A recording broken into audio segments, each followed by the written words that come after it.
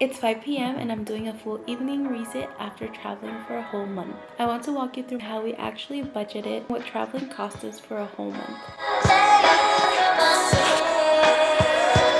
Okay friends, so I wanted to talk to you guys about my budget and how we're able to afford traveling full time. I do feel like the biggest thing for traveling is having an income source that allows you to be remote.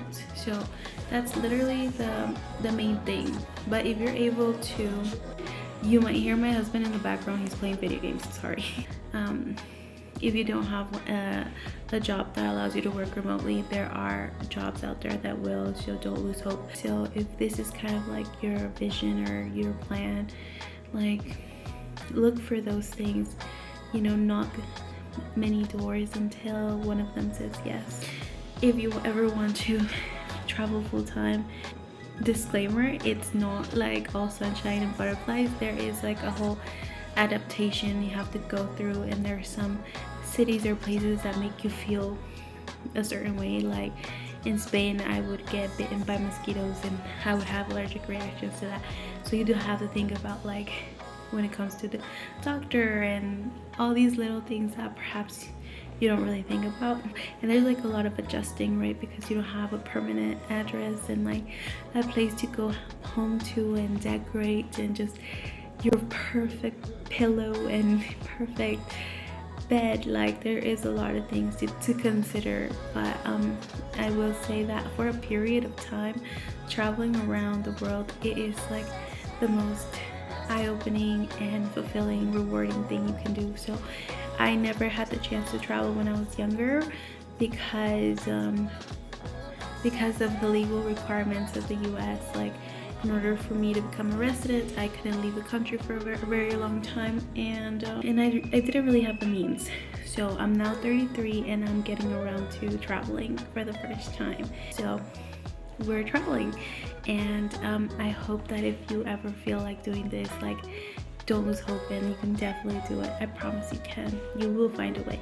Anyways, let me break it down to you quickly. I'm just going to talk about the main things for the month of January.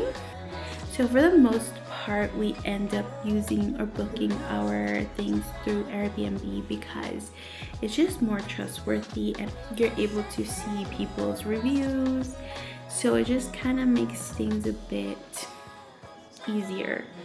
For a whole month in Mexico City, we paid $2,105 for a whole month, and this includes your internet, your gas, your water. It includes everything. And I'm from California, San Diego, so to be honest, we were paying pretty high rent over there. I'm not sure how things are, but a one bedroom was easily $3,000 or something like that. And then that doesn't really include your water, your internet. And so basically to us, we're kind of saving, you know. And groceries over there, wild. I will say we're going with the safer route with Airbnb, but you can probably get a much cheaper price if you do it in a different way. I just kind of liked, especially with traveling so much, I like to keep things straightforward. I will say Mexico City is not a cheap city. Like, I think a lot of people have that perception because Mexico tends to have lower prices, but this city is giving like American prices pretty quick. Let's move on to food. Food is a big number. I'm so sorry guys, you're gonna get scared, but we spent $1,820 this month. We kind of went all out here. Mexico City is like home to me. Last year we were in Spain for like 3 months and we didn't have any Mexican food, so we literally went all out. I will say we did go over budget because this is not the budget I have for food. It's just not it. We splurged and I don't regret any of it because this is the best Mexican food I will have in a very long time. So I'm okay with it. I know it's wild. You can save. And I want to do entertainment. Entertainment was a bit high too, but it wasn't too crazy. It was $324. And that's mostly because I kind of did a little bit of shopping. And then Fred's birthday, and also well, I took him to get a massage at the spa. So I think it wasn't too bad for all of that. I bought a few dresses. Okay, great. okay. For Uber, pretty cheap. We only spent $95 for the whole month. So that's transportation for a whole month. Before we would spend so much more on gas and cars and stuff like that. So $95 is pretty good. But I will say, Fred and I would probably do like once a week, twice a week travels. Mostly we walked on foot. So it really depends if the city is walkable. The city, my neighborhood, super walkable. I love it.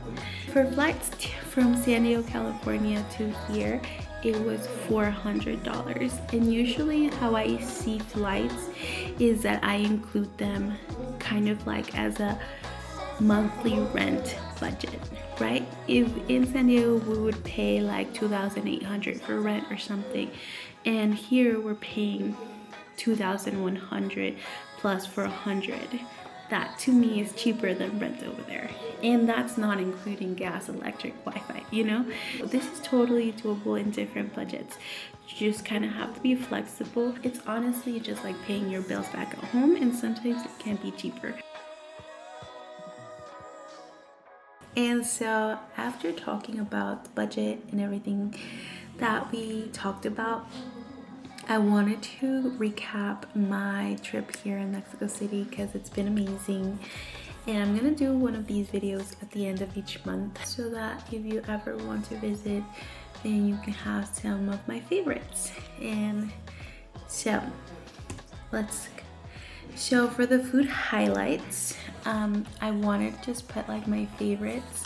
There is so many places to eat, and genuinely, if you go to Mexico City, you cannot go wrong. There will be so many delicious things, and it was really hard to come up with a list, but these are things that if I were a local living here, these are a few that would be my favorites and my go-tos over and over. Madre Cafe, that's more like a brunch. Let's go out in the morning with the girls and have some brunch, or with hubby. Then Maque Condesa. Maque Condesa is more like breakfast for me, and it's kind of like the traditional delicious breakfast. You can get enfrijoladas, you can get a lot of other delicious things. I would go to the second floor in the Condesa neighborhood. They have a lower floor and usually people go there, but there's a second one, it's kind of secret. So I like that one. And then Tacos El Farolito. This was a favorite for me and Fred because it was just like a local one we had, and the flavor was good. And so it's more like a little local taqueria that we really liked. Ojo de Agua is kind of like one little last find that me and Fred had. It's kind of like a trendier one, I guess, but the flavors are very organic, natural, and I really like the flavor. Their burger was really good. And then the last one I would say Tacos del Valle. This one's really popular, but honestly it was really yummy. For the shopping highlights, I will say these are my favorites. Proyecto Rufina, the one in the location in Condesa, was my favorite. And then this isn't shopping, but if you wanted to get a spa treatment, I would go to Mantra Spa in Roma Norte. And if you wanted to go shopping right after that, go to Palacio de Hierro, which is right in front in Roma Norte. So those are my favorites. And touristy things to do, I genuinely just put my favorite. And number one to do if you want to do touristy things is go to the Chapultepec Castle. It's inside a bosque, a forest, so it's kind of like so cool because you're like in nature, and then the castle is just a 10 out of 10 experience. And then I also really like Palacio Postal. That one's just a really pretty building, architecture. And then after that, it's a really busy area, the Palacio Postal. So that one, I would just do like something simple. Go to, like, that's more of like the city center day for you, and then walk around. There's shopping areas, there's restaurants, there's lots of things. But this place is, Palacio Postal would be like if you're ready for a high energy type of day. And then Museo de Antropología, I really love that museum. It's very long, it's huge, and you kind of just want to walk through it because there's just so much to see. We were so tired after that. There's like a little hidden restaurant where we had a little bit of like a meal that day. But I really like this one. If you want to learn about Mexican culture, it just has a lot of information.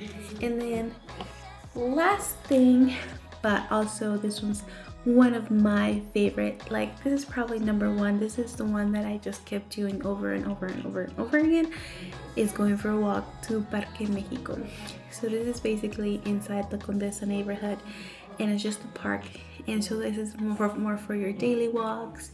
There's lots of restaurants, lots of things, and it's just beautiful because it's a mixture of, you know, people in your 30s, 20s, and families, and it's just like a really chill neighborhood, and I love this place. This is where I was like a lot of the time.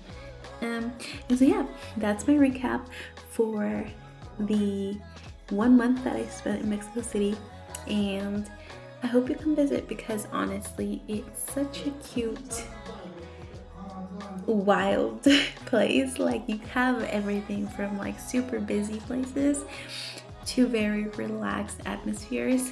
I'm more of a relaxed person, so I kind of do low-key stuff, but if you really want to go out there, like, you can party, you can go to the mariachi, you can do so much stuff. And also, one thing that I loved here was when they came to our neighborhood to do a serenata. So a serenata is when somebody brings mariachi to their loved one, and like they sing, like they're on the balcony. They're on the balcony and the guys down there with the mariachi band, and they sing.